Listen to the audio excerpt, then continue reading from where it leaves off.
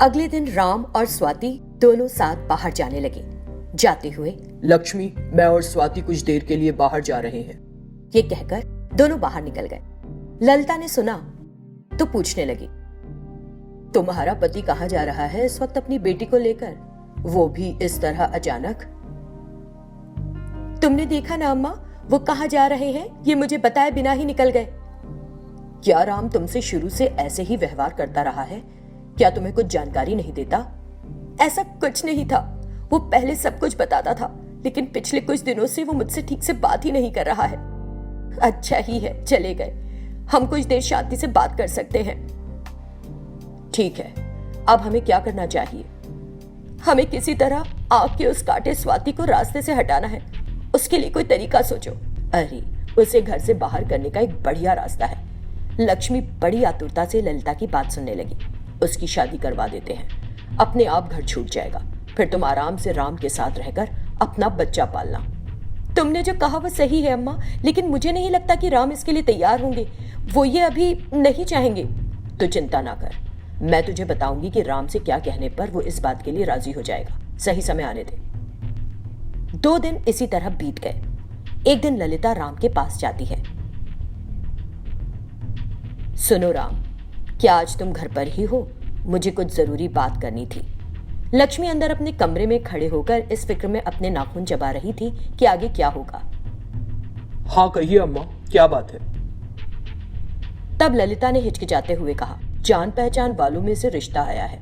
मैंने उन्हें स्वाति को देखने के लिए आने के लिए कहा है। ललिता ने राम से डरते हुए कहा। राम ये सुनकर, आपसे किसने कहा कि हम इतनी जल्दी उसकी शादी करना चाहते हैं? वो बहुत छोटी है अभी और आगे पढ़ना चाहती है।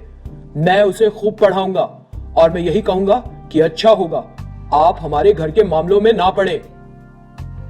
ये कहकर वो नाराज हो वहां से चला गया। ललिता की योजना पर पानी फिर गया था। वो लक्ष्मी के पास गई। ये ऐसा क्यों हुआ? मैंने पहले ही चेताया था ना, मैंने बोला था ना कि वो राजी नहीं होंगे। इसके अलावा कुछ और सोचिए। ललिता ने कुछ देर विचार किया। क्या हम उसे मार डालें? लक्ष्मी ने जब ये सुना तो डर गई। अम्मा, ये तुम क्या कह रही हो? अगर राम को पता चल गया कि ये हमने किया है तो जिंदा गाड़ देगा जमीन के अंदर। मुझे सारी बातों का पता है। मैं इस तरह से करूंगी कि उसे हम पर जरा भी शक ना हो। स्विच बोर्ड से बिजली पास कर देंगे और स्वाति से उसे शुरू करने के लिए कहेंगे।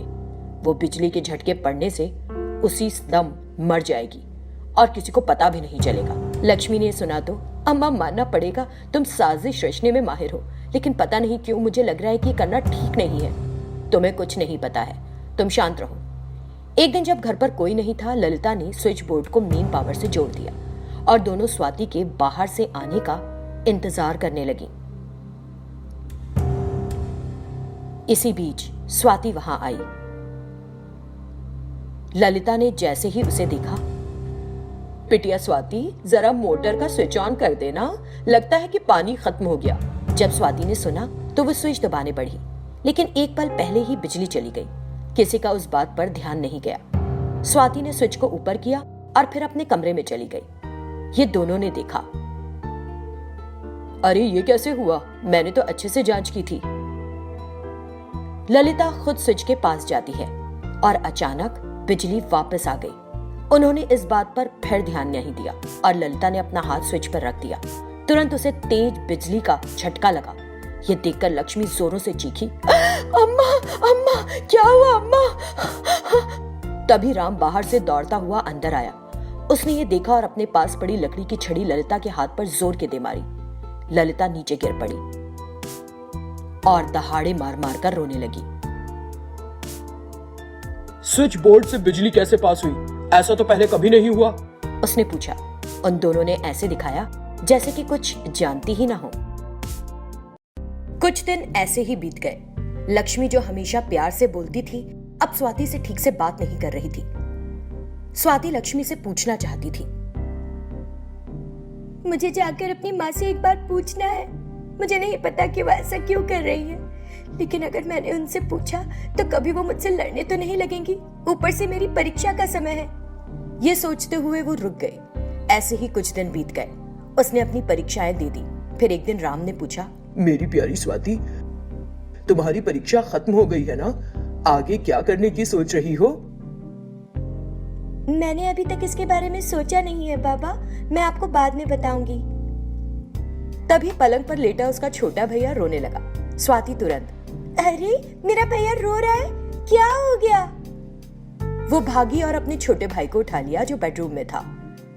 अरे क्या हो गया भैया, रो मत मेरा प्यारा भैया, कितने दिन हुए तुम्हें बाहों में लिए हुए। स्वाति बच्चे को चूमने जा रही थी तभी लक्ष्मी आ गई। किसने कहा था कि तुम्हें बच्चे को उठाओ, उसे मुझे वापस दे दो। जब वो अपने भाई का दुलार कर रही थी तब लक्ष्मी ने बच्चे को जबरदस्ती उससे ले लिया। राम ने ये देखा। तुम्हारे कहने का मतलब क्या है लक्ष्मी? अगर स्वाति अपने छोटे भाई को उठा ले तो क्या गलत है? स्वाति ने उसे गोद में लिया क्योंकि वो रो रहा था। तुम बेचारी लड़की पर चिल्ला क्यों रही हो? पहले तो कभी ऐसे नहीं किया है तुमने। क्या हो गया है? मैं इस लड़की को पसंद नहीं करती जो मेरे बच्चे को गोद में उठाने के लिए खुद जन्म लेते हुए अपनी माँ को खा गई। इसलिए मैंने उससे कहा कि वो बच्चा नहीं उठाएगी। जब स्वाति ने ये सुना तो वो रो पड़ी और अपने कमरे में चुपचाप चली गई। राम अपने गुस्से पर काबू नहीं रख पाया और लक्ष्मी को गाल पर थप्पड़ जड़ दिया। अगर तुमने स्वाति के खिलाफ कुछ भी बोला तो मैं तुमको बख्शूंगा नहीं। तुम स्वाति के कारण ही इस घर में आई हो, इसीलिए यदि तुमने उसे जबरन डांटने की कोशिश की तो मैं बर्दाश्त नहीं करूंगा। राम ने उसे डांटा और वहां से चला गया। चेहरे पर थप्पड़ की वजह से लक्ष्मी भी रोती हुई अपने कमरे में वापस चली गई। मेरी माँ ने जो भी कहा था वो सच है। राम अपनी बेटी को मुझसे और हमारे बेटे से ज्यादा महत्व देता है। यहाँ मेरी कोई कदर नहीं है। मैं देखना चाहती हूँ कि आखिर मैं यहाँ हूँ क्यों? मुझसे घर में रहने वाली एक आया की तरह व्यवहार कर रहा है क्या? मेरा पति जिससे शादी किए मुझे 2 साल हो गए, उसने अब तक मुझे एक गलत शब्द नहीं कहा, लेकिन आज इस लड़की की वजह से मुझे थप्पड़ मार दिया। अगर मैं इस मसले को जाने दूंगी तब तो मेरे बेटे की जान को खतरा होगा। मुझे ये बात अपनी माँ को बतानी होगी। ये सोचकर लक्ष्मी ने अपनी माँ को संदेशा भेजा। वो दिन बीत गया। अगले दिन राम स्वाति के कमरे में गया। चिंता मत करो कि तुम्हारी सौतेली माँ ने तुमसे ऐसा कहा। मैंने हमेशा उन्हें अपनी माँ के रूप में देखा है बाबा। मैंने आपसे कुछ भी नहीं कहा जिससे आपको बुरा लगेगा। सौतेली माँ बच्चा पैदा होने के बाद से इसी तरह व्यवहार कर रही है। हाँ मुझे पता है, उसके दिमाग में क्या फितूर है समझ नहीं आता। वो किसी की बात सुनकर ये सब कर रही है। मैं पता लगाऊंगा। तुम इसके बारे में चिंता ना करो और ना सोचो और अपना दिमाग भी मत खराब करो। अब से अपना काम खुद करो। अगर तुम्हें किसी चीज की जरूरत हो तो मुझे बताना। उसने ये कहा और चला गया। कुछ दिन बीत गए। एक दिन लक्ष्मी की माँ राम के घर आई।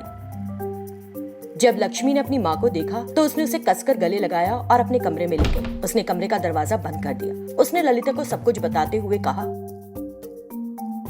माँ, आपने जो भी कहा वो सच है। मेरी यहाँ कोई कदर नहीं करता।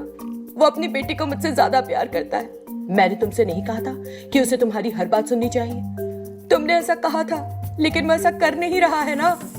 मुझे समझ नहीं आ रहा कि मैं क्या करूं, कहाँ जाऊं अपने बच्चे को लेकर। ठीक है, मैं कुछ दिनों के लिए यहाँ रहूंगी। मैं सब कुछ ठीक कर दूंगी, तुम चिंता मत करो। माँ की बातों पर विश्वास करते हुए लक्ष्मी को स्वाति से बहुत नफरत महसूस होती है। जब तुम बच्ची थी तब भी मैंने तुमको कभी चोट नहीं पहुंचाई। स्वाति की वजह से तुमने आज बेवजह थप्पड़ खाया है।